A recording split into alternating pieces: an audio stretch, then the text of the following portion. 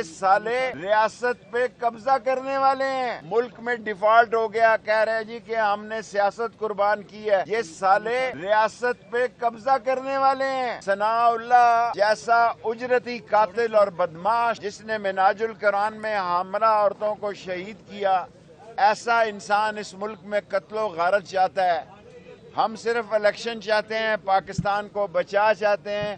ہماری کسی ادارے سے, کسی فوج سے, کسی سے لڑائی نہیں. کل جس طرح انہوں نے سارے لاہور اور سارے پاکستان کو سیل کیا, پابند کیا کنٹینروں سے, انگریز مخالفت نہیں کی قرارداد پاکستان کی, لیکن ان انگریز کے ایجنٹوں نے لوگوں کو 20-20 میل اور 12-12 میل لوگ بچارے بوڑھے چل کے آئے, اور پاکستان کی تاریخ کا بہت بڑا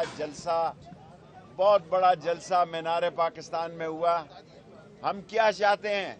ہم اداروں سے لڑائی نہیں چاہتے, ہم فوج سے لڑائی نہیں چاہتے, ہم الیکشن چاہتے ہیں. ہم چاہتے ہیں یہ 13 پارٹیوں کے چور, اچکے, ڈاکو, لٹیرے جنہوں نے ملک لوٹا, پاکستان باہر لے گئے, ملک میں ڈیفالٹ ہو گیا, کہہ رہے جی کہ ہم نے سیاست قربان کی ہے. یہ سالے ریاست پہ قبضہ کرنے والے ہیں. اور ثناء اللہ جیسا اجرتی قاتل اور بدماش اور جس نے مناج القرآن میں حاملہ عورتوں کو شہید کیا, ایسا انسان اس ملک میں قتل و غارت چاہتا ہے. ہم صرف الیکشن چاہتے ہیں, پاکستان کو بچا چاہتے ہیں. ہماری کسی ادارے سے, کسی فوج سے, کسی سے لڑائی نہیں.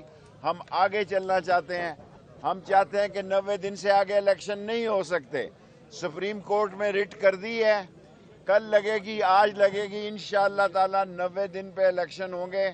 اور اگر سارے لوگ مل کر 5-10 دن آگے پیچھے کر کے ایک الیکشن کرا لیں, اس میں بھی کوئی حرج نہیں. ملک کے حالات, ملک کے معاملات دیکھیں. نہ سعودی عرب سے 5 ریال ملے ہیں, نہ چین سے, نہ منہ لگایا UAE نے. اس نے اپنے 8 مہینے کے تیل کے بعد بھی سعودی عرب نے پیسے بند کر دیے ہیں. اور ہمارے پڑوس میں دیکھیں کس طرح صلح ہو رہی ہے سعودی عرب کی, ایران کی, لبنان کی, بحرین کی, اور ہمارے ملک میں یہ اجرتی قاتل عوام سے لڑ رہا ہے. رانا ثناء اللہ ٹائپ کے لوگ, ان کو اپنی سیاست, اصل وجہ کیا ہے ایک لائن میں بتانا چاہتا ہوں. جو پرسوں میٹنگ ہوئی ہے اس میں ان کو بتایا گیا ہے کہ عمران خان 71% ووٹوں سے جیت رہا ہے. پرسوں کی میٹنگ میں ایجنسیوں نے ان کو رپورٹ دی ہے کہ پہلے وہ 65% پہ جیت رہا تھا, اب 71% پہ جیت رہا ہے. اور ان سے بھاگ گئے ہیں. ہم نے ان 13 پارٹیوں کو سیاسی طور پر دفن کرنا ہے. اور مفتی محمود صاحب کی اولاد جو فضل الرحمان آج پاکستان میں آصف زرداری کی طرح اور نواز شریف کی طرح گالی بن چکی ہے, اور دعا کریں کہ فضل الرحمان اور آصف زرداری اور نواز شریف ان کو صحت نصیب نہ ہو, یہ نہ ہو کوئی اور ہی بریکنگ نیوز آ جائے. اور میں تمام اسلام آباد کے لوگوں کو کہتا ہوں کہ FCC کی جتنی بھی خدمت ہو سکے ان کی خدمت کریں. FCC والوں کو افطاری دے, سحری دے, پانی دے. 25 تاریخ کو بھی انہوں نے کسی ماں بیٹی پر کوئی تشدد نہیں کیا. FCC کا رول تاریخی رول تھا. میں FCC کے رول کو سلوٹ مارتا ہوں.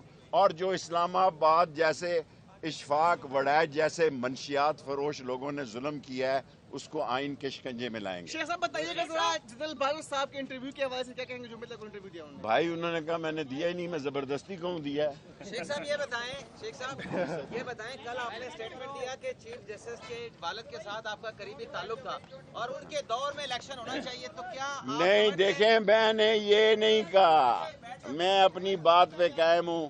فتح خان بندیال نے یہ ویمن یونیورسٹی, یہ سارے کالج, یہ سارے پلاٹ مجھے الاٹ کیے. اللہ ان کی قبر کے درجات بلند کرے.